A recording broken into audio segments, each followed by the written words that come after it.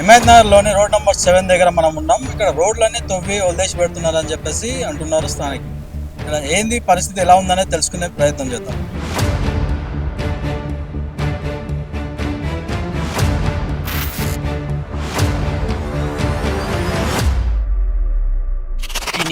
Years back నుంచి కూడా road ఇట్లాగే ఉంది, ఎవరు పట్టించుకోలేదు. చాలా చాలా ఇబ్బంది పడ్డామండి, చాలా ఇబ్బంది పడ్డాము. 3-4 ఇయర్స్ నుంచి, లాస్ట్ 5 ఇయర్స్ నుంచి కూడా చాలా ఇబ్బంది అయింది. ఎంతోమంది పడిపోయింది ఇక్కడ. ఆ కంప్లైంట్స్ ఇచ్చిన తర్వాత ఇది రెక్టిఫై అయింది. అది కూడా కొంచెం ప్లేసే ఉంది, ఇంకా లోపల కాలనీస్ చాలా ఉన్నాయి చేయాల్సినవి. దాన్ని కూడా చూస్తే బాగుంటుంది. ఇప్పుడు వీళ్ళు ఇలానే తవ్వి వదిలేస్తే ఇప్పుడు సడన్గా వర్షం పడితే ఏం పరిస్థితి సార్? ప్రాబ్లం అవుతుందండి. ఇక్కడ కాంట్రాక్టర్స్తో కూడా మేము కూడా మాట్లాడినాము.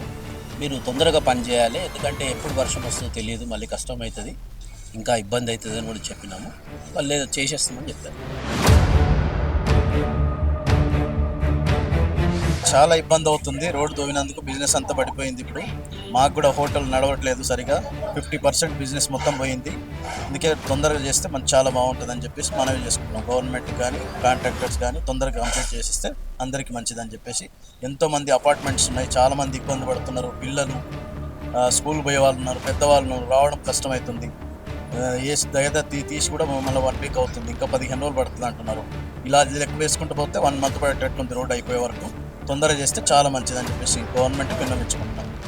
వచ్చేది కూడా వర్షాకాలం కదా, ఏం పరిస్థితి కాలంలో చేయకూడదు, కానీ వాళ్ళు ఎండాకాలంలో చేసింటే చాలా బాగుంటుంది. వర్షాకాలంలో చేసి మళ్ళీ ఇప్పుడు వర్షం పడితే అది మొత్తం తడిచిపోయిపోతుంది కదా.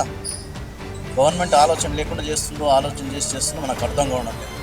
వర్షం వస్తే మొత్తం కొట్టుకొని వెళ్ళిపోతుంది, ఇసుక పోతుంది, కంకర పోతుంది. గవర్నమెంట్ క్లాసు, ఇక్కడ జనానికి ఇబ్బంది, అందరికి ఇబ్బంది, బిజినెస్ నడవదు. అందుకే గవర్నమెంట్ విన్నవించుకుంటాం, తొందరగా కంప్లీట్ చేస్తే అందరికీ ఉపయోగపడుతుందని మనవి. కింద అడుగడుగు ఉన్నాయి లేవని గడపడతాడు తవ్వి లేపి కుప్పలు ఎత్తారు, మళ్ళీ ఎత్తుతారు సార్.